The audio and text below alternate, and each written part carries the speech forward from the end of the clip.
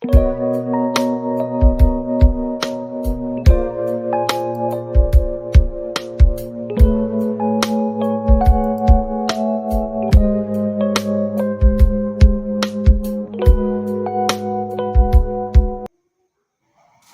आहे modern periodic table आणि जसं कर्सर ठेवण्यात येतो त्यानुसार तसे चेंजेस त्या मॉडर्न पिरियडिक टेबलमध्ये होत असतात. जसं की या ठिकाणी तुम्ही पाहू शकता की मेटल्स आहेत, मेटल्स आहेत, लॅन्थॅनाइड्स आहेत, ॲक्टिनाइड्स आहेत, त्याच्यानंतर इनर्ट गॅसेस आहेत, त्याच्यानंतर रिॲक्टिव्ह गॅसेस आहेत.